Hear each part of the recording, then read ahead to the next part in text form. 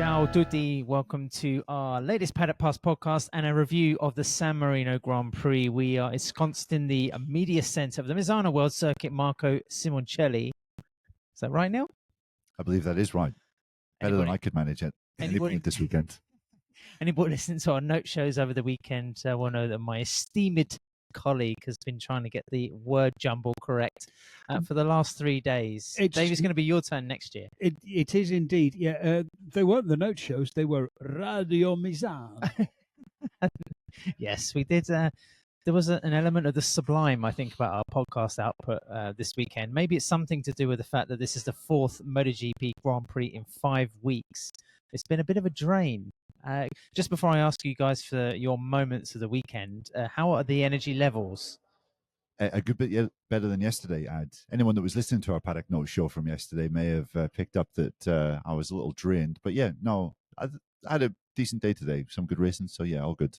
And Dave, I know you're just bristling with extra verve for the second, or was it second or third to test of the season? Third season. Third, because there's one at Aragon as well. And Jerez, and Jerez, yes, exactly. I mean, Jerez, yeah. It would be, only then I looked at the schedule and found out that they start at 9 instead of 10, and so all of the life drained back out of me again. Yeah, I've got up early every single morning this week, and it's I don't know how people live like this. We only just made it in for Moto 3 this morning. That didn't, yeah, I still got up early. Well, I mean, early by my standards. And the rumour is that you parked like an Italian. Of course I'd park like an Italian, just abandon it and leave and walk away. Yeah, and left the car in a slightly precarious position for the staff parking area. Dave, keep talking. Tell me what stood out for you from this 16th race day of the season. I mean, there was so much. It was fascinating this weekend. It was really, really interesting. But what stood out for me was Jorge Martin on the sighting lap, cruising to a halt just past turn 11. They're all going very, very slow on the sighting lap because this track is really, really heavy on fuel, which will be a subject which we get to later on. But so he was going very, very, very, very slowly, and then all of a sudden the bike just stopped working. So he parked it by the side of the road and jumped on the back of the scooter. He said he's never been so afraid as on the back of that scooter. He's got some talent. Jorge Martin said of the marshal who took him back on the scooter, but he was very afraid. Got back in time. Didn't get back in time to get back out of the pit lane before pit lane closed, and so had to start the warm-up lap on his spare bike from pit lane, and that meant that he took his normal grid position and got 2 long lap penalties. He complained about the 2 long lap penalties, and it's all Marc Marquez's fault because this is a result of what happened back there. And what I thought when I saw Cota, at Texas, the first thing I thought when Jorge Martin's bike coasted to a halt was, "Welcome to Aprilia, Jorge." Is that I failed to understand why that was your moment of the Grand Prix, though. Was it just because you're a general minister of chaos, and that's the sort of thing that gets you off? Yes. I have chaos and general disorder in my portfolio, and this was I felt extremely well done. Well, my moment of the Grand Prix was a kind of similar stoking of fires, but instead of being one for me, I just thought it was lovely the way that Marc Marquez kind of imbibed some of the celebration, made football famous in the football world by Lionel Messi in 2017. Who's Lionel Messi? We'll come on to that in a moment. You're a piss taker. In the Bernabeu, so it was the Clásico, Barcelona against Real Madrid in 2017. Messi scored the winning goal. It was the second goal of that particular game, and he decided to take off his shirt and hold it up to the fans in an ironic gesture as to show his status and his name. And Marc did pretty much the same thing on the podium. I thought it was one of the best Grand Prix winning gestures or celebrations I've seen in a long time. Not only for the reference to like a football cultural icon, but the fact that it was the setting and the context was perfect in terms of what had happened on Saturday.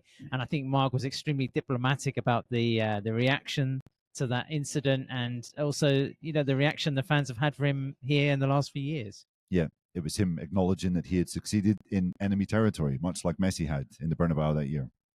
Yes. Thank you for explaining that to me, because I have absolutely no idea what you were talking about. I looked it up, and it was actually Lionel Messi's 500th goal for Barca. And in a year where Marc Marquez is also setting his own milestones for his particular career, it's quite significant. This was win number 99. Next one is 100. Yeah, he's on his way to breaking all sorts of records. Neil, what was your moment from this Grand Prix? My moment came right towards the end of the MotoGP race on Sunday, when there was been a bit of a back and forth between Marco Bezzecchi and Marc Marquez. Marquez was leading, obviously. Bezzecchi was chasing him in second.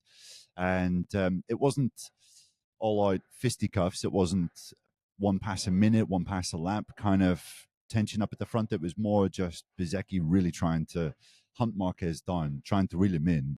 And considering Marquez's form this year, there was an inevitability about him going on to win. But the fact that Bezzecchi gave it such a good go meant that this was really quite tense right up until the final lap. And he made such a proper race of it, which you have to commend him for. And my moment was on lap 25 when Marc set the fastest lap of the race. I think it was 2 laps from the end.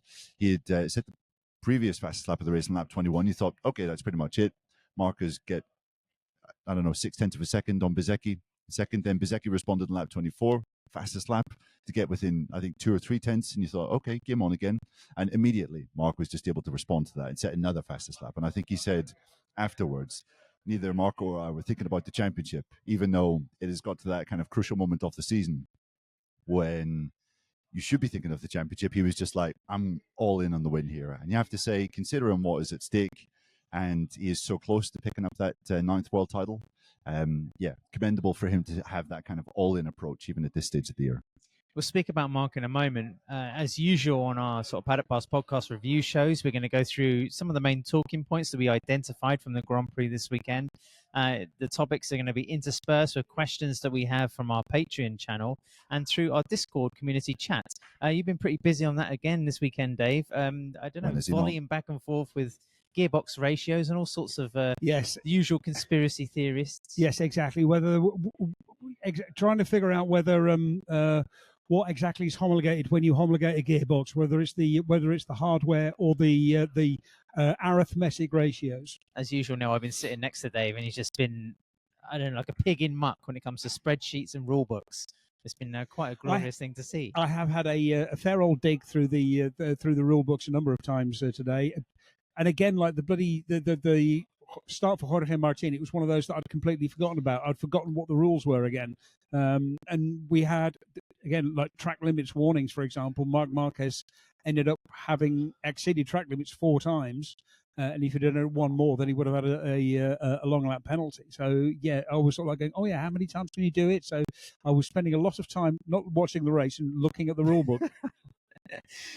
First of all, some important housekeeping. As we mentioned, the Patreon channel, we have extra content on there. Our note shows, that's where we interact as well with our subscribers. If you want to join us, there's 3 different tiers. We appreciate all of the support, of course, and we're only happy to delve into some questions and inquiries that people send us. If you want to find that, then it's patreon.com/Paddock Pass Podcast. So come and join us and for extended content and activities.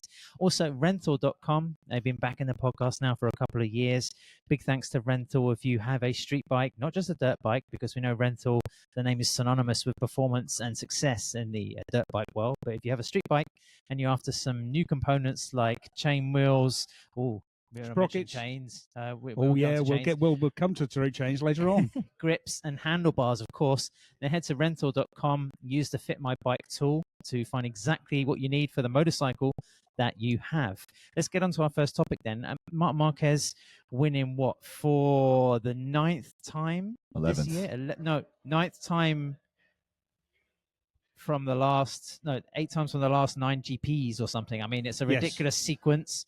Like you said, Neil, 11th wins for the season. I think he's 2 to 3 away from equaling his own record set in 2014, 13 wins in one season, I believe. Yep. So 14 wins. The record is 14. So he's still 6 GPs to achieve that. It's getting closer. And you'd have to say every chance he's going to manage it. The statistics are there, and he's, rightfully the cliche of putting one hand on the title is like come up because he's likely going to do it in Japan. But there was a wider talking point around him this weekend because he is in the land of VR46. The crash, the mistake. He said, "I'm not perfect." Came on Saturday, but then, like Neil, will you pick for your moment during the race today? I think Marc Marquez showed it kind of encapsulated a little bit of what he's done in MotoGP in 2025. Yeah, it's the second weekend in succession that Marquez had some kind of redemption on a Sunday after crashing out in the sprint on the Saturday from a pretty certain win, you could say. And like Alex in Barcelona, Mark said that this really honed his concentration, honed his focus.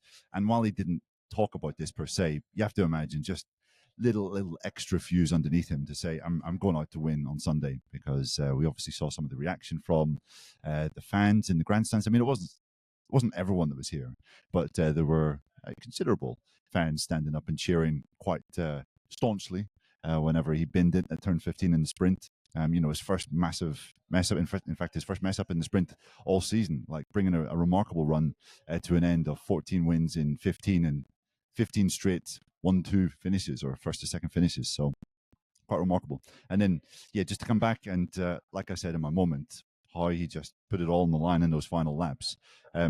Asked him about it afterwards. Was that the hardest you've had to work in a race this year? And he said, well, pretty much along with Assen, that was the hardest I had to ride to win. And again, in Assen, it was Bezzecchi that was pushing him. So, yeah, not a great deal left to say about Mark and his brilliance this year, but it is nice to see him really have to work for it. And the end of that race, he was all in, and it was quite a sight to behold. How do we feel about the crowd cheering when he crashed? It's 9 years now we've been talking about Marquez being booed, particularly in an Italian Grand Prix. Yeah. The thing is, I think people were quick to throw knives on social media at these images, and I do not believe that Dorna purposely cut to rejoicing fans, because you have to remember as well, there was probably a quota of people in this crowd that were delighted that Marco Bezzecchi was suddenly back in the lead and heading towards a sprint victory. So I think you cannot say 100% these were people celebrating a rider crashing maybe 100 mile an hour. Of course, yeah. I mean, you're going to get that. And as much as I dislike to see it in motorcycle racing because of the life-threatening factor involved, we've mentioned this 100 times before, Dave, this tribalism exists. Yeah, exactly. I mean, well, all right, go on, Neil. What do you think? Or do you have not have any opinion on cheering? I think it's quite clear. If you see a rider have a serious crash, or a crash in which there is a chance that he has been injured, and you're cheering that, then I think that's pretty below the line. That's not cool. If you see a crash where someone slips off and jumps up afterwards and is trying to get their bike up, I mean, I wouldn't do it, but tribalism exists. It doesn't bother me. I wouldn't say it's a cardinal sin. There are worse types of behavior out there. I think there are worse things to worry about in the world than someone doing that. But if it's clear that the rider could be injured and there's cheering, then yeah, I'm super obviously against that. But in the case on Saturday, I think Mark jumped up pretty much straight away, and it was clear that there was there was nothing more than damage to his pride. Yeah, I mean, would you cheer would it be okay for fans to cheer if Mark had a mechanical, for example? Would we be having the same discussion? It's riders crash all the time. 9 times out of 10, they always come away with bumps and bruises and sort of minor pains, but that's just part of the job. That's part of it, and as Neil says, I mean, it's not great, but it's not a death sentence. It's not the worst thing to ever happen in the entire history of the world. So yeah, when people start checking, if someone is lying in the gravel and the medical marshals are rushing out with a stretcher, then I think then it would be very different. But then I think even here, if Mark had gone down seriously and was obviously hurt, I don't think there'd be no, there wouldn't be anybody. There might be a few, but they would be the extreme sickos who were cheering. I think all fans have their favourites, and they have the riders that they really want to see do badly, and I think it's more to do with that. Yeah, Mark has taken pelters here after winning in previous years. I think it was 2017. Remember on the podium, it's just raining boos and whistles. But from what I could gather, I mean, I was sitting in the media center in my spot just next to the podium. I mean, when he was introduced onto the podium and then was receiving his trophy and spraying the champagne, it didn't sound like he was getting booed that much. There were maybe some boos. The majority were cheers, though. So and the Paddock Pass podcast's resident mole, or ironically for a raccoon, she said that she was down actually in the throng there below the podium, and said that there was actually a healthy amount of respect and vocal encouragement for Mark. So that's I was standing outside, basically on the other side of the podium, waiting near the debrief room, and so you could hear the crowds, and it was loud. I mean, there were definitely boos, but it was definitely a lot less than there was before. I think also the fact that Marco Bezzecchi won yesterday, was on the podium. He is popular, and he rode brilliantly, and he made it really, really hard for Mark. I think that also made a difference for the fans as well. Like this one, he clearly earned it. This one wasn't, gifted. This one, this wasn't a display of domination. There was also some criticism of Valentino Rossi, who was captured trackside while watching. The clip I saw, I thought that Rossi's very first reaction to Marquez crashing and him watching on the screen was one of like, oh, not like a celebration, but more like, oh, that's happened. Yeah. And then you can see the people around him are celebrating. I think if that had happened and it had been, say, Brad Binder in second place, or Pedro Acosta, or a rider that wasn't from the VR46 stable, then you could have thought, right, that's a little bit out of order. But the fact that Bezzecchi had inherited the lead, he's been looking strong, he started from pole position, had a really decent weekend. I think there's an element of celebration there, not of Mark's misfortune, but also of the fortune for Bezzecchi. And the other thing is as well, that big irony is that every person who decided to perhaps make a gesture at Mark when he was coming back to the paddock yesterday after his crash, perhaps telling him that he likes to enjoy some self-gratification now and again, they just motivated him and made him better for today. Yeah. It's the complete opposite effect. The louder the boos, the faster he goes. Yeah, and I think he was more pissed off with himself than the reaction yesterday, because going back and watching the start of the sprint race, how he dealt with the first chicane was just absolutely sensational. How he came around from fourth on the grid to pass, I think it was one of the VR46 boys plus Alex Marquez, just to get in behind Bezzecchi. Then he had passed Bezzecchi. He said himself he had done the hard work. He was kind of in the easy phase of the race where he was in front, controlling it. And it wasn't just like a small mistake. I mean, he was quite far offline when you rewatch the highlights of the crash. So it was a big mess up. But I think after 15 sprint races, when he's finished either first or second, we can forgive him for that. 73 wins. Again, nicely Tony in MotoGP class. Yeah. The number of his brother, of course, I think 205 starts. I was looking up. So a Marc Marquez kind of rate of success, if you like, if there ever was one. And a question 35, a little bit over 35% is his win percentage. Okay, I trust the man with the knowledge of the spreadsheet. We had a question in. 04 Jamal says, Dave, maybe for you, why is Mark struggling with right corners? Is it his injury, strength, endurance, flexibility, body position, or just a pain factor? And I obviously referring to Cavoni and that whole section going through 11, 12, 13, round into the very tight sort of 14. Yeah, exactly. I mean, Mark has always been worse in right-handers than in left-handers. He's always been much better. If you look at his win percentage on anti-clockwise circuits, it's much higher than on clockwise circuits. Saxon Ring, Kota, all these other tracks where you go when you're going left. That's where he's utterly dominated. So there is something innate, like literally innate, ever since he's been riding motorbikes, really, which is also, as I think we talked about last week in Barcelona, it's why Alex is so good in right-handers, because he knew he couldn't beat Mark in the left, so he had to try to improve his right-handers to beat him that way. So I think it's a little bit of that. I think there are still some limitations in terms of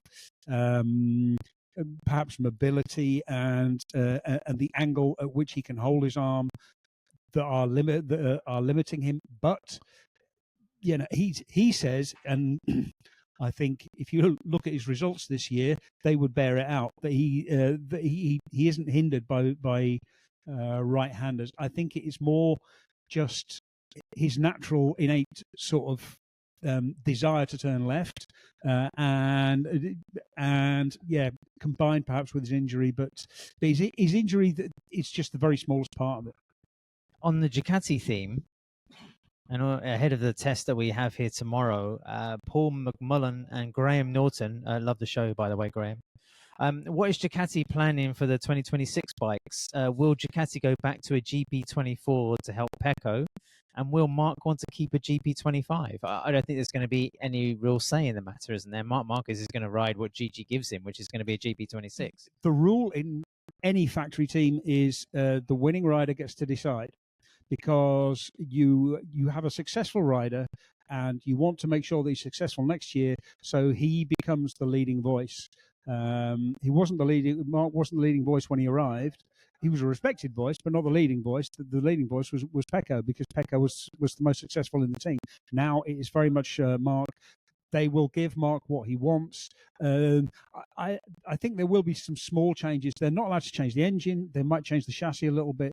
They might change sort of some of the rest of the bike.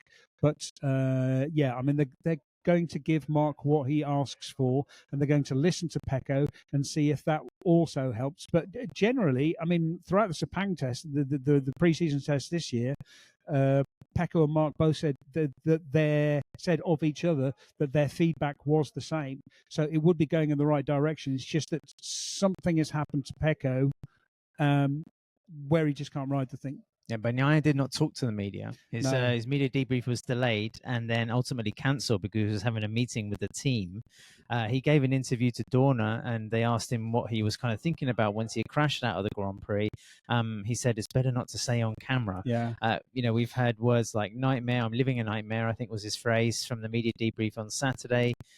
It's not been a great home GP for Pecco, where ultimately you would have some of the best references of his career and his skills around this track.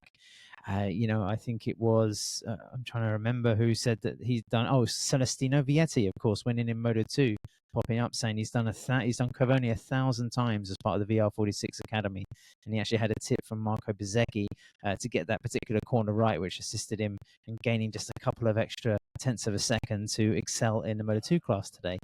Let's move on to the guy who was runner-up, took pole position, won the sprint, somewhat of a specialized celebration. That wooden leg came out again today in reference to some 1997 obscure Italian comedy. Puzzling a lot of MotoGP fans, I would say. But unless they were Italian. Yeah, but we have to take Bezzecchi seriously. He might not want to take the media that seriously, Neil, but 5 podiums now from the last 7 GPs. And I think this was a real kind of statement performance in Misano. Yeah, it was. It was a statement performance right the way through the weekend. And I think we've been taking Bezzecchi pretty seriously now for the last 5-6 GPs, to be honest, because it's not a surprise to see him up there. It's not a surprise to see Aprilia up there, even around tracks where they previously had been quite weak. The likes of heavy braking tracks like Austria, like in Hungary. You maybe wouldn't have expected them to go well there in previous years, but he was there on the podium again. And Aprilia have been okay here in the last couple of seasons. Maverick Vinales was 6th, I think, last year. He was on the podium 2 years before that, I think. So, Aprilia have had some success here. It's their home race. Lorenzo Savadori, their test rider, has done a whole host of laps around here. So, yeah, I was expecting Bezzecchi to be in the zone. But, how he really took the fight towards Marc in the end of the race was super impressive. And even though he didn't win, and he's won, 3 MotoGP races or 4 MotoGP races in the past, he said that this is probably the best weekend that he's ever done, just in the fact that he got pole, won the sprint, and pushed Marc. He acknowledged Marc in this form, being able to push him right the way until the race and finish within half a second. That was quite something. So, loved Bezzecchi's performance this weekend, and our Patreon supporters loved it too. They voted him the rider of the weekend by 57% to Marc's 32%. Bezzecchi was brilliant, Dave. It's the third time he's finished runner-up in 2025. He's had 3 DNFs, of course, which has kind of kept him a little bit away from the top end of the points in the standings for the championship, for the upper echelons of the positions. It was a mixed bag again for Aprilia. I mean, you mentioned Jorge Martin's, glitch. Ayagura having a crash, hitting his right wrist. and he didn't talk to the media either, and he's unlikely to test tomorrow. So I agree, we're not in the best of shapes, and Raul Fernandez is having a Raul Fernandez day. Yeah, Raul Fernandez was actually really interesting. He said basically the weekend was over during qualifying. We had a bad Friday. We have to fix our Fridays, was what he said, because he was actually very happy with his pace. The result wasn't there, but the pace was good. Jorge Martin, the 27 laps of the race, because he knew that he was, I think he lost something like 7 seconds in the double long lap penalties.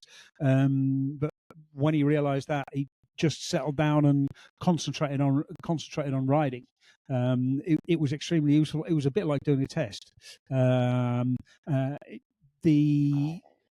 He's really struggling with the ergonomics of the bike, in the sense that he's incredibly sensitive to ergonomics, and he said like he can tell if his handlebars are 1 millimeter out, and so when he jumps from one bike to the other, even though they have a special tool which they set the position of the handlebars with, and they set the handlebars to be identical, he gets on the bike and it doesn't feel the same for him, especially the left clip on is something. And so he was able to actually work on the position on the bike, feel like, okay, can I do this? Can I do that? So I think that was important. So I don't think it was wasted. I think it was a much better GP for all of Aprilia, really, than it looks, because of the finishing position. And I think Marco Bezzecchi's finishing position is really, really, really important. Massimo Rivola spoke to us afterwards, and he sort of pointed out that, Aprilia used to be good at a few tracks, and now they're good pretty much everywhere. The bike is much better. It's much more stable. It accelerates better. There's still work to do, but it's just a much, much better bike. Yeah, I mean, Bezzecchi's either led a race or been second for the majority of a race in 6 of the past 7 Sunday outings. So that's serious consistency there. Probably was on for an okay result in Barcelona before he got involved with Morbidelli. So, the run that he's been on recently has been absolutely excellent. He's now within 8 points of Pecco Bagnaia for third in the championship. You would have to imagine that is going to be something of a reality. And if it wasn't for Marc having one of the craziest seasons ever, take Marc out of the equation, Bezzecchi and Aprilia could be going into the final 6 races of the season with outside hopes of winning the championship. Alex Marquez has been supreme in the first half of the year, but, Bezzecchi's really been the rider taking it to Marc the most often for the past 6-7 races. And I just was not expecting this from a guy who struggled so badly in 2024 on a year-old bike. Seemed to have shot himself in the foot career-wise by giving up the chance to go with the GP24 last year, stay with Valentino Rossi's team, and stay with the year-old GP23. And he's just been completely transformed this year. And you just have to commend him for it. Yeah, it's a dreamy situation considering how Aprilia started the year. He didn't have a teammate. He was carrying a factory team for the first time on his own shoulders. And I think Bezzecchi deserves all the credit he gets. Also like to credit David Emmett, Neil, because he spoke for 1 solid minute about Raul Fernandez and gave a deep dive into his situation, something I never thought would happen. Crazy stuff. I can't believe that happened. Well, one interesting thing that I've noticed over the last couple of races, today both Bezzecchi and Marc were absolutely at it in the final couple of laps, yet today's race was 6 seconds slower than the Emilia-Romagna Grand Prix here in 2024. Barcelona last week was 3 seconds slower than the race there the previous season. Austria was 1/10 faster than the previous year's race. Germany was 2 seconds slower than last year's German Grand Prix. This year's Dutch Grand Prix was 6 seconds slower than last year. So what I'm trying to say basically is that MotoGP hasn't got faster this year. We saw race times getting obliterated through 2024. And it's clear that Ducati, although Marc has been amazing, they haven't taken a step forward this year. They haven't been making MotoGP racing faster. And I think that's great because it has allowed the likes of Aprilia, KTM, Honda, I'm sure we'll come on to them in a little bit, to just close up that gap. And, Bezzecchi, I think, was 11 seconds faster than Aprilia's fastest race time last year. So, Ducati have kind of been staying where they were last year in the hands of Marc. And the other factories have just been closing up. And, that's been good to see. Yeah, fastest lap of the race was 4/10 slower than the lap record set by Pecco Bagnaia here last year.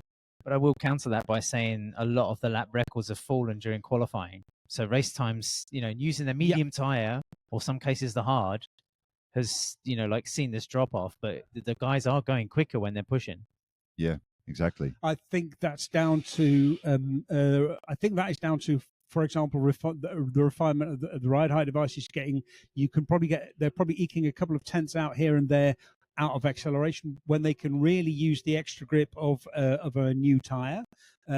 But that sort of balances out over a race where you have to manage the tire and manage the fuel and can't push flat out. Rebecca says that Marco has said he's more mature now, and that's affected his relationship with Marc. How much of that is down to shouldering the work of a factory team during Jorge Martin's absence? And I would like to take this moment to point out that this was exactly what I said in about February after Jorge Martin was injured. That this was, it was the bright side of it. The upside of it was the fact that, Bezzecchi would grow as a rider and would be able to lead it. And I've been right for once. Well, I'm not sure about that. I think what you actually said was it was a good thing for Aprilia that Jorge Martin got injured because it would allow Bezzecchi to flourish.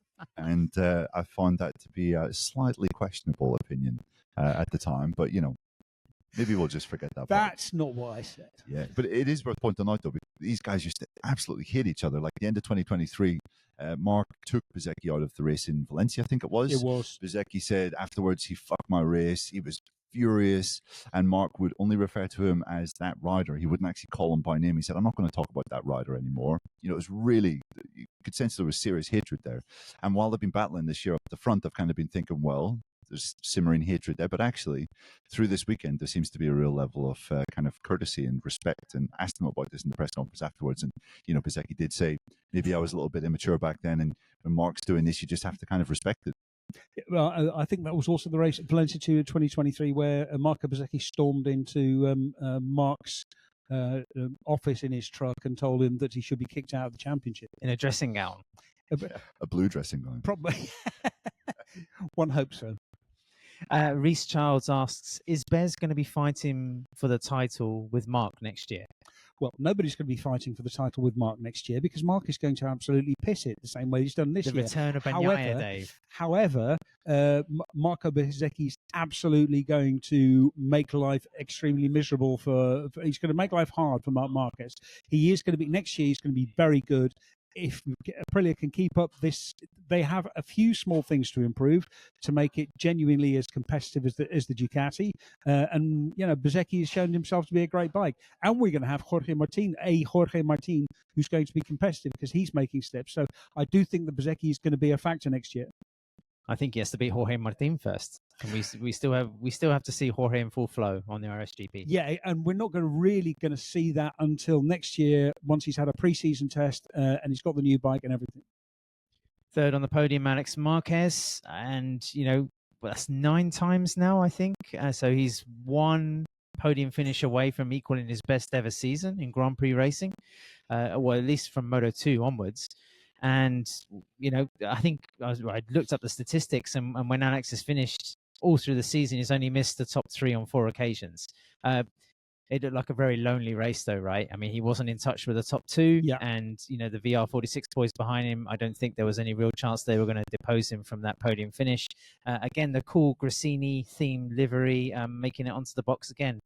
Any thoughts on Alex now? Because he's been accepting of his lot in second place to his brother for a long, long time this season. And, the dispute's going to be over officially soon. And then I think he's in a position to celebrate his own achievements, which is P2 in a very strong year. Yeah. 93 points he has in advantage over Bagnaia in third in the championship. So you could say that second is more or less his if he keeps his nose clean during the flyaways. Nothing spectacular this weekend, but just really solid. Not been a great track for Alex in years gone by. He said historically he's always really struggled in the first sector of the track here. It just doesn't really suit his riding style. It's very stop and start, lots of heavy braking, not much chance to get into a flow. But second in the sprint, third today. And what was really impressive was we know how strong the VR46 riders are here. We saw that with, Bezzecchi, obviously, Vietti winning Moto2. And, Franco Morbidelli had a very solid weekend as well, but Alex was just comfortably clear of him up ahead in third. It's kind of just become very commonplace. If he'd done something like this last year, we would be like shouting from the rooftops about it. But it's just become so commonplace that it's easy to forget just where he's come from. And really strong weekend. And the last 2 GPs have really cemented that second in the championship for him after a couple of dodgy weeks. second and third is a bad weekend for Alex Marquez now, which you just would not have believed if you looked at his results last year or the year before. We'll talk about Austria and certain components in a moment, but just a quick nod of recognition for the VR46 boys, swapping positions. Didier took the podium on Saturday. This time it was the turn of Franco Morbidelli, and when he came in to talk to us, Neil, I suspected he had taken some sort of chemical substance because he was more than over the moon with his start, which I said to Dave when we were watching it from the window of the media center, I thought he had jumped it because he kind of shot forward so quickly before everyone else had momentum. He was found to have correctly judged his start, and he said it might have been one of his best ever. And Morbidelli, at a time where he's been somewhat erratic in terms of his behavior and also his results, that was a very solid, steady ride. And solid was the word he used, actually. Yeah, exactly. What was really interesting, he said, sort of, what I did was I knew I couldn't afford to get into trouble. I took it easy in the first few laps. I didn't push. I waited for the front to sort itself out, and then I started to push my rhythm and attack people and make clean passes. And I mean, genuinely, it was a lesson to Franco Morbidelli of what he's capable of when he engages his brain to start racing. Because it was a great ride. It was a really good ride, really solid ride by Morbidelli, and he wasn't, taking big risks in the early laps to try to make up places. He just rode sort of calmly, and it paid off. It was like being in the presence of a cult leader in his debrief today that was high on some kind of psychedelic substance. And I kind of felt like I might be getting a little bit high just watching him speak. It was kind of this just monosyllabic way of speaking. But then punctuated by a euphoric. Yeah, I am just on top of the world. It was really quite something. Yeah, I was in a trance watching him. But yeah, great weekend from Franco. And yeah, he had a talking to, hadn't he? I think that the stewards had been in his ear after Barcelona.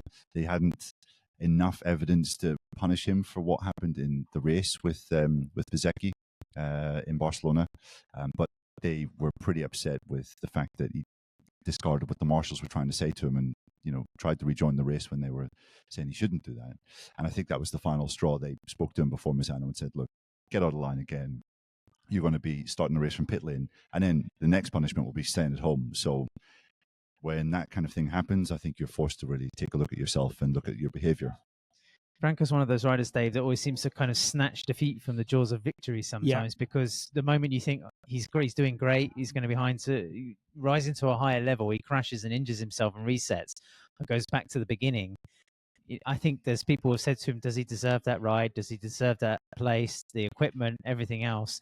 But then he pops up and does a ride like this, what makes you think, yeah, he's one of the top riders in MotoGP. So he is when he rides with his brain. When he thinks about what he's doing and doesn't just sort of get impetuous. And I think I can't remember who said it might have been Pablo Nieto who told a journalist about Franco Morbidelli about how he always looks very, very calm and quiet off the bike. Once he gets on the bike and closes his helmet, then he's an absolute animal. And dialing it back from 11, I think is good for him. And he clearly is extremely talented, but it's being able to take that talent, use it wisely, and then get results. And that's exactly what he did. This is Misano, though. He's always gone well here. And home race, so let's not get too excited. Yeah, of course. There were some mechanical gremlins on display, I guess you could say. We talked about more Jorge Martin and his woes.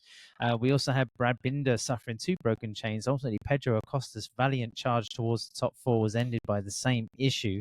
Yamaha, of course, having their own little kind of tweaks with a brand new prototype machine. Tough kind of tough for the mechanics, I guess you could say, this weekend. But when it comes to KTM, Dave, the chain sheared off Pedro Acosta's bike. I mean, a very sort of high-profile failure. But the team were quick to stress that it wasn't like a faulty batch of chains. It's just the accumulation of setting the chain, the rear ride height device maxed out in terms of the range it reaches and the effect that it's having. And then the curbs as well. I think they're talking through the section of turn 4, 5, 6, where it's really sort of punishing, where the rider's almost catching a componentry of the motorcycle that's just putting this stuff into peril. It's a shame they kind of didn't figure it out before Costa took to the 27-lap race today, and it's something that they probably wouldn't have found through the testing team. When Paul Espargaro or Danny Pedrosa's been discovering it here, but the guys down in KTM told me they have found a fix, some sort of protection device or some sort of structure that they'll put onto the swing arm, because when the chain comes off the wheel, it destroys the swing arm. And one of these big carbon units, they were kind of floating around the whole Red Bull KTM pit box. I don't know. I don't know what to say. It's a really, really bizarre set of circumstances. Yeah, I mean, basically the problem is that the swing arm pivot is not directly over the front sprocket, and so that means that when the rear wheel moves, the chain tension changes. It gets tighter or it gets looser depending on where it is. Now, because I chatted to Peter Bond before this earlier, and he was sort of explaining that, and it was interesting because Peter basically gave the exact same explanation that you got from the guys at KTM. That it is what happens is, with the ride height device, you're dropping it so far that the chain becomes extremely tight, and when you get back off again, it becomes loose and it moves around again, and it gets even. They have even more movement through, for example, turn 7, which is the kink before turn 8, because the G-forces, the rear is compressed so much that you've got the ride height device down, you've got the suspension compressed, everything is up in the air. It's really, really bad for the chain, and it's interesting to see that, for example, Aprilia have a little chain guide on the rear of the swing arm to keep it. So they've obviously had encountered the same problems. Yamaha also have some kind of a not quite a tensioner, but something to actually pick up the to ensure that this doesn't happen. More and more, you're seeing it more and more bikes. It's something for everyone, and it's basically, once again, the ride height devices which are causing this, because it's the ride height devices which are adding to the range of movement of the rear axle, because they the ride height device drops the rear, and then you've still got the full range of suspension movement as well. And then add in the curbs when you're exactly on the curbs on the exit off turn 6, which are really quite violent, the bike going over that. And it's easy to go a little bit wider, and you're really over the bumpy part. And I think Brad Binder was saying today, he had this issue on the Friday as well with his team coming off, that you're also changing gear at that point. Yep. So it's a combination of the curbs, engaging the ride height device, and going up a gear that just lead to kind of maybe potentially jumping up. Exactly. With the seamless gearbox, the change in torque is much smoother than it would be normally. But even then, it's a huge change in torque from one gear to the next. And Pedro Acosta's somewhat dramatic reaction afterwards, he explained, was just the fact that he was actually having a good race after some of the adversity of the weekend. The high grip track, of course, affecting KTM when it comes to too much rear grip, pushing the front. And that was a symptom of Enea Bastianini's problems. I mean, he made a mistake in Q1 by not letting the tyre get warm enough, crashed, ruined his chances of getting through to Q2.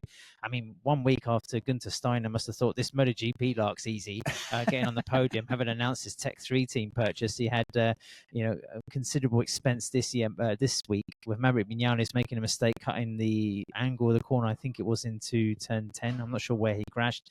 But Maverick said that was his own mistake. And then Bastianini was having real trouble through turn 13 to line up 14. He said he couldn't keep the same braking line or marker each lap. And eventually that sort of imprecision, if that's a word, put him on the deck. So a shame for Bastianini, as what a sequence of 5 consecutive podium finishes here at Misano, ending in the distinctive white gravel. We had a question in from TMTK, who says, we learned this weekend of an unusual mid-season exit of a KTM engineer, Bastianini's crew chief Alberto Girbiolo, to another manufacturer. Is this a possible sign of KTM's MotoGP project ending in 2027? As far as I know, it isn't. As far as I know, it's unrelated, but that doesn't necessarily mean anything about whether KTM are going to stay or not. I think that's a completely separate issue that we will see, but it just seems like there was a complete difference of opinion between Girbiolo and KTM. Well, he had a job offer from somebody else and decided to take it, but unfortunately for Bastianini, it means the second split in 4 years or less? It's it's a little bit of a stab in the heart, I guess you could say, if you want to be ultra theatrical about it. But Jirabiola going to Toprak Razgari Ogli yes, and Pramac Yamaha next as year. we discussed on the last show. Just something about the grip of the track. The grip of the track was a big topic, because we're going from probably the lowest grip, well, no, definitely the lowest grip of the year, to one of the very highest grips and a very different track. And I think a lot of the problems that we saw was also just the complete sort of change, mindset change, and setup change, and all of the complete difference, expectation changes as well. Going from, right, the bike reacts this way round the very, very soft, smooth flowing, low grip Barcelona, and then you come here where it's stop start, and you get on the gas and you accelerate hard, and I think that caused a lot. It caused a lot of problems for people, and it ended up also that is possibly one of the reasons why we saw so many crashes. That because there's so much more grip, people are pushing that much more harder, but the grip you don't slide smoothly. It doesn't go away smoothly. You've got lots and lots of grip, and then all of a sudden you've got less grip, and then it's gone. It's a bit of a sensational question, but I want to ask it anyway because there was fanfare. Yamaha's V4. Yes. Could we say it was a failure this weekend? Even though Yamaha repeated over and over and over, this is a prototype, it's extremely early for us. The caution, I think, was justifiable because the project is a big one and it needs to be bedded in. But we had a mechanical failure in FP1 the very first time the bike took to the track. Augusto Fernandez today was telling us that, various bits of it were breaking off. The sensors were sort of, failing. There was malfunctions here and there. It was 1 second off what Fabio Quartararo was able to do in the race. I think that's what Augusto was saying anyway in terms of pace. The Spaniard said, this is not our time right now, but I don't want to again be sensational and say it was a failure because I don't think that's the right definition, but perhaps we've expected more? No. Okay.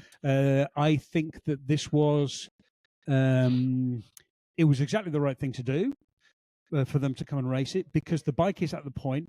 The other thing that Augusto Fernandez says, when the bike is right, it's better than the inline four already. However, it has such a narrow window that if you get out of it, it gets very, very difficult. And when you're going out racing, so for example, they ran into the fact that they were struggling with fuel.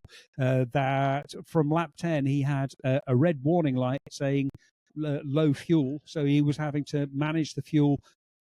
Not just by changing maps, but also by being more careful with his riding, by short shifting, by not revving it out so much, which is another reason why it was so slow. But these are you only find these things out when you actually go racing.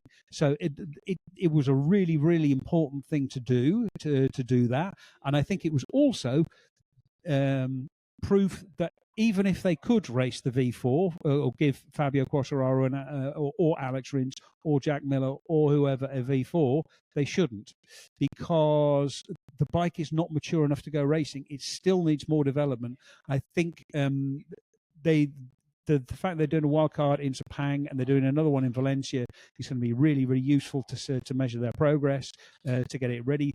The bike needs a lot of work, and when you actually race a bike, that's when you're really pushing it to an extreme. You're testing it in its actually real conditions, and testing it in the field is always, and testing it in a race is always different to circulating at a private test. Yeah, I think Yamaha's approach for forwarding this racing debut has to be commended. Like, Yamaha wouldn't have done this 2 years ago. Absolutely no way. So that's one thing. And then you have to just look at some of the positive points off the weekend. Like Dave was saying, when the bike is in its window, it was competitive. It was 1.1 seconds off in FP1 off the fastest time. I think it was even faster than Alex Rins, which, okay, might not be saying much this year, but still, that's not too bad. When we were hearing rumors back in July, August, that the bike was a way, long way off. I spoke to someone at Yamaha on Thursday who had seen the bike at the test in Brno just before the summer break, and he was saying it looked like a real donkey was the word that they used. It was a bit of a hodgepodge. It was clear that it was still very much in its infancy. And they said the difference from that bike to the one that we saw during this weekend is almost night and day. You know, it looked like a proper race bike, you know, quite finely honed. Obviously, still lots to get right and lots to kind of dial in. But I think generally just the fact that it was on track and that it wasn't a complete embarrassment. I mean, it wasn't like it was blowing up in every session. Finished the race, okay, 61 seconds back of the leader. But yeah, we have to remind ourselves this is a project still in its infancy. It got 2 points. Like you said, it finished over a minute away from Marc Marquez's winning time. So wherever you look, there are little gains and setbacks. Yeah, but also, like, I did the lap time comparison of all of the sessions against Augusto Fernandez's previous appearances on the inline four, and it was more or less in the same window.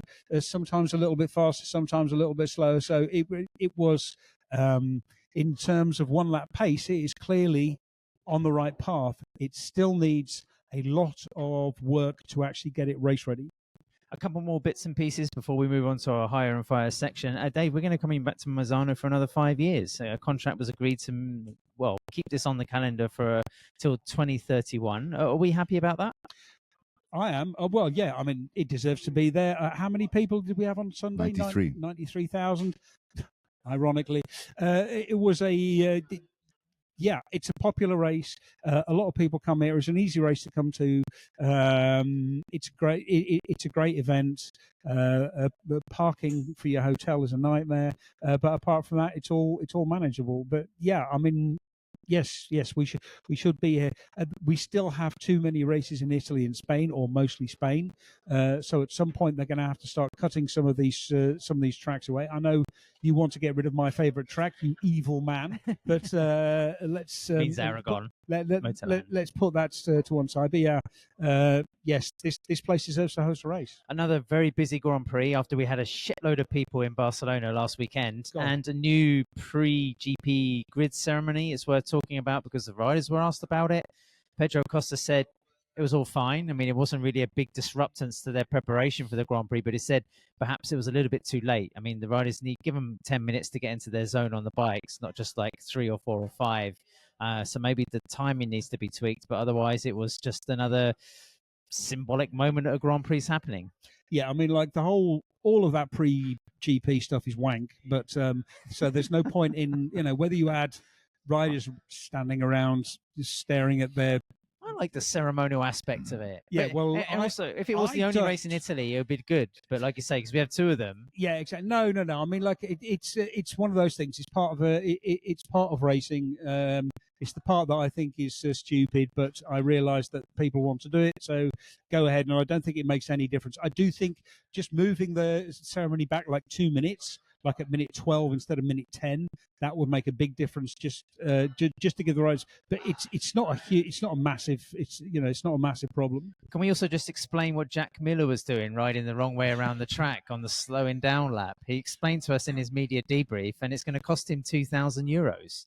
Yeah, he was riding around the track in the rider parade in the truck, and he saw a fan at that particular point in the track with a sign which said, "Jack, can you give me your gloves? I'll repay you with a beer." So he saw that person on the slowdown lap, went to brake, missed him, then thought, I'm going to have to turn around here. Waited until everyone had gone past, turned around, I think got to the guy, and then had to turn around and go back again. So obviously that's not allowed. He copped a $2,000 fine. I think you asked him, did you get the beer at least? He said no, but cost me $2,000. Also, He said, I've been appearing in shit tons of Dorna's promotional footage of the last couple of weeks, and the next time that happens, I'm going to send him an invoice for €2,000. Well, also there is important context here, because on social media the last week or 2, there's been these instances of adults robbing things like baseballs and caps from young sort of fans. And Miller thought, well, he actually explained that when he threw his glove into the crowd, somebody else had taken the glove but gave it to the person who had the sign. There you go, motorbike rider. So, Jack's thinking of content, and he's saying, that was a good example of how MotoGP fans are not like these wankers you see in tennis or baseball or whatever else. That's because there's fewer billionaires who are fans. But anyway, Miller just being a symbol for the goodness of MotoGP. Exactly, and the world's most expensive non-beer. Before we just move on to hire and fire, David and Neil, are you going to Valencia this year? Yes. Is that part of your plans? Sir, yes, sir. And Neil, as you found out recently through a contact, it's sold out, right? It is sold out. Yeah, completely sold out. Yep. You cannot buy a general admittance ticket or any grandstand tickets. So, yeah.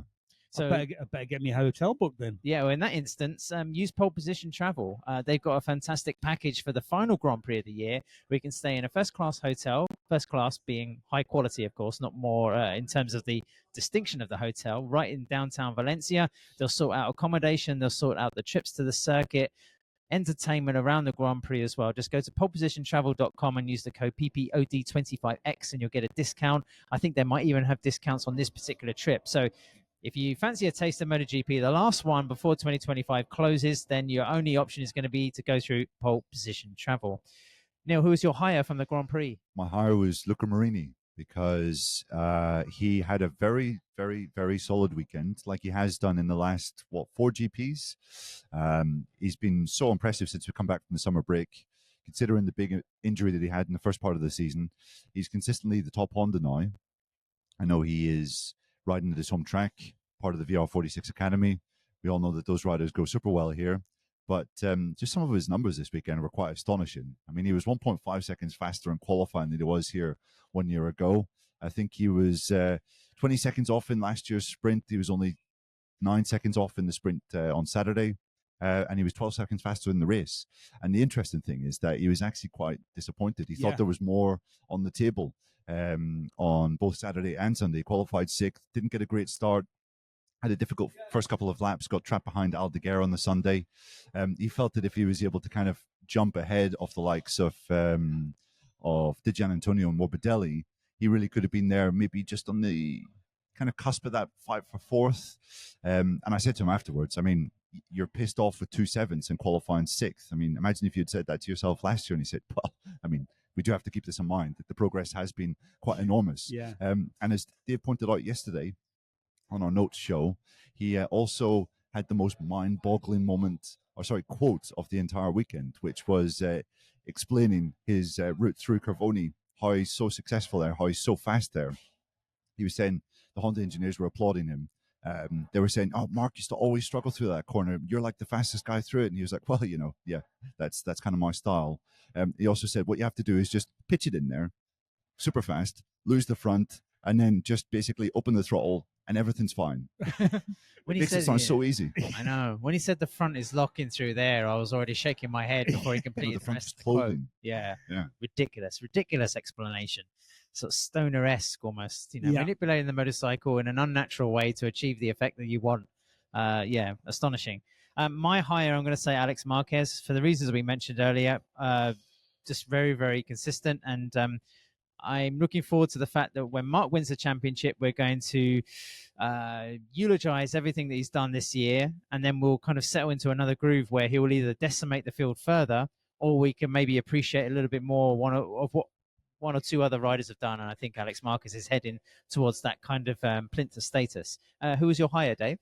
My hire is Marco Bezzecchi for proving me right, and he's just been really, really good these last 4 or 5 races. Everything is coming together there, and he really has shown maturity. He's really grown. He's taken on the responsibility of being a factory rider, of leading the factory program. Now that Jorge Martin's back, he's taking on the responsibility of, or sharing that responsibility, if you like, and still just enjoying being able to work. And yeah, he's just been very, very impressive.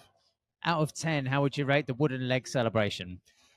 I will be. I'll give it infinity out of 10 because I missed it all. So I wasn't paying much. You missed it all. I was just ignoring it. He was leaning on it in the press conference. Yes, I know. I just sort of blanked it. Glazed over. I'm fine. Yeah, no. I actually quite like the idea of people walking around with completely random objects in press conferences. I think more riders should do it. Neil, was it any good or was it lame? It was all right. Yeah, taking his boots off and putting them on the wooden leg. I mean, yeah, I've seen more celebrations. Right. Okay. For my fire, I'm going to nominate, perhaps somewhat harshly considering the usual excellent job they do, but the Dorna TV crew or the production crew, because for some reason in this Grand Prix we just missed a shitload of stuff. Joan Marco and Joan Mir. Joan Mir, of course, trying to race after having his problems on Saturday and not taking part in the sprint, crashing out. We also missed Maverick Vinales' crash. There seemed to be an Ayagura as well. We didn't see what happened to him, and that was his Aprilia just being warmed up in the background. I just felt what was going on here. At one point, you were beginning to wonder, was it a conscious decision not to be showing, some of the, let's be honest, crashes are an ingredient of MotoGP, and it's just been ignored. It was being ignored, apparently, from what I have heard, because of various technical problems they were having. It was not that they weren't catching them; it was they just couldn't. They couldn't show them. They couldn't get the signal. It sounds like a telecoms problem.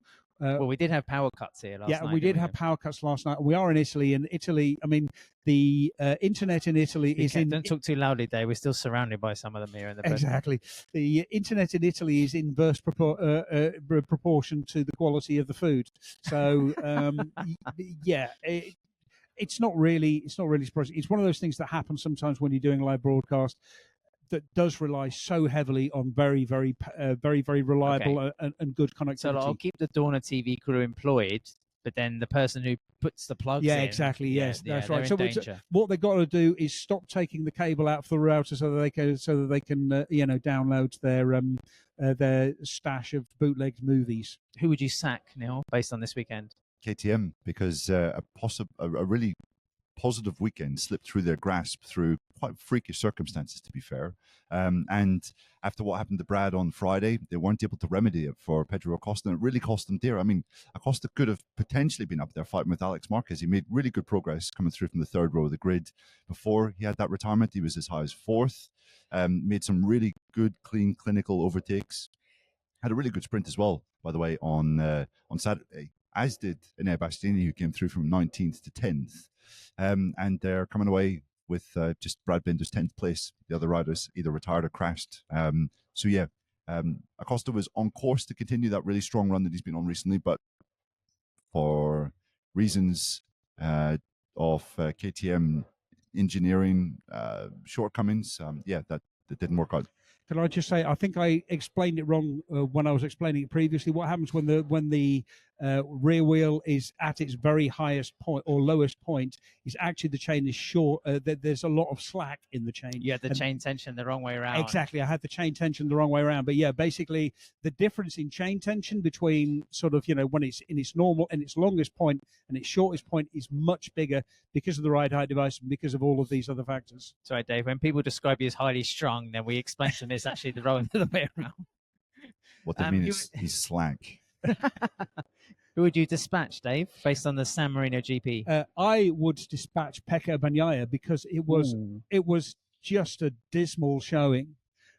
I have never seen the last time I saw a rider that dejected was when they cut to the pits to a pit shot of Marco Melandri in 2000 and was it 7 or 8? 8, I think, when it was when he joined Casey Stoner, looking absolutely shell shocked, and when he had sort of finally realised what Casey was doing on the bike, what the bike was really like, and how there was no way he could do that. Bagnaia is just completely lost. He has no idea what's going on. He's been in a meeting for hours and hours and hours about what's going on with the bike. I think, I think he also needs to look at himself. He needs to look at. He needs to try and find help within himself. He needs to go to. He's rejected the idea of a sports psychologist. He needs to go talk to a sports psychologist. Jorge Martin rejected the idea of a sports psychologist, saying, "Look, the person who knows me best is myself." And then he went to a sports psychologist and became world champion. So there's a big reason why people use sports psychologists. They teach you all sorts of things to improve your performance, and there is something missing in his performance. Now, maybe the team can help, maybe the bike can help, but the biggest change has to come from Pecco himself. And there's no truth to the rumour that Pecco and Ducati will be testing patience tomorrow. They will actually be working through some more items on the GP25. Let's round off the podcast, guys, with our grades. I'm going to go first. I'm going to say just a 7. Good. There was points in the race today where I was felt tempted to nod off, but then credit again to Bezzecchi, because as Neil's already mentioned, that extra intensity to be able to keep Marc in check, stop the GP kind of just flowing away with like 5 to 6 laps to go. So eternal credit for that one. And otherwise, I thought it was a good crowd. Finally, literally about 10-2, all the grandstand seats opposite us filled up. And then looking over as well, and the outside of Curvoni, it was full as well. But no other point in the weekend did I get the feeling that there was, wow, this is a major GP. But finally, it was like that. And of course, the celebration by the podium when Marc held up his leathers was very, very busy as well. So fantastic race in Moto3. Big plaudits to Jose Antonio Herrera, who's now more than 3 Grand Prix ahead, with 6 Grand Prix left to run in Moto3, so he could wrap up the title nice and early as well. Last corner assault was mega.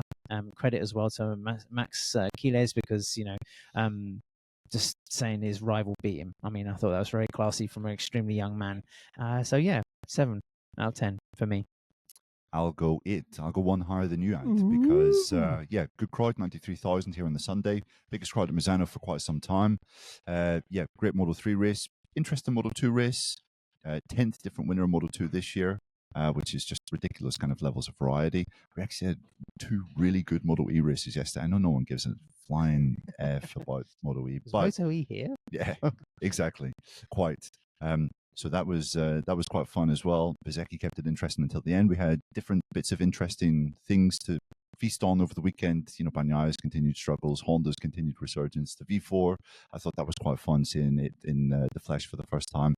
And best thing of all, I've not got 3 weeks at home before I go to Australia. You've only had one fungi pizza. And I'll be writing that tonight and tomorrow. Dave, just before we get onto our predictions and our sort of Alpine Stars Paddock Pass podcast Fantasy League roundup, what was your grade for this Grand Prix? I'm with you. I'm going to give it a 7 because it was an interesting race. It was also Marc crashing made the sprint race interesting, but I'll be honest, it wasn't an exciting race. They were good by the standards of some of the races which we've seen, which is not very good, really. So, but there was, exactly as Neil said, there was lots and lots happening. The last 2 laps of the Moto3 races were sensational. There was the middle part was you were just sort of hanging around waiting for something to happen. Last 2 laps were sensational. Moto 2 was quite interesting, seeing Barry Baltus come back really, really quickly on Celle Vietti. I did get bits and pieces of the Moto E races, and they were very good, and more people should watch them.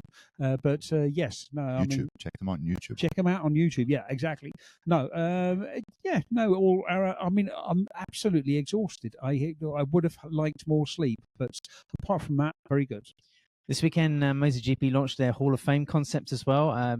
Something I've been banging the drum about. The MotoGP needs to celebrate more of its history.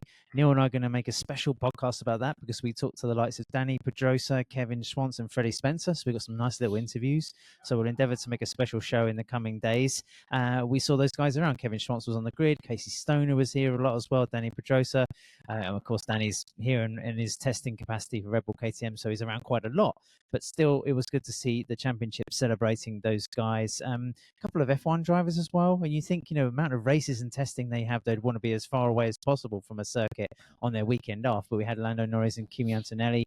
And Jorge Martin was kind of interesting, saying that, they were talking about, or, Norris was explaining, or asking rather, how complex it is for a MotoGP rider on the bike, because an F1 driver has his controls almost dictated to him by a pit crew, thanks to their communication channels, something that MotoGP doesn't have.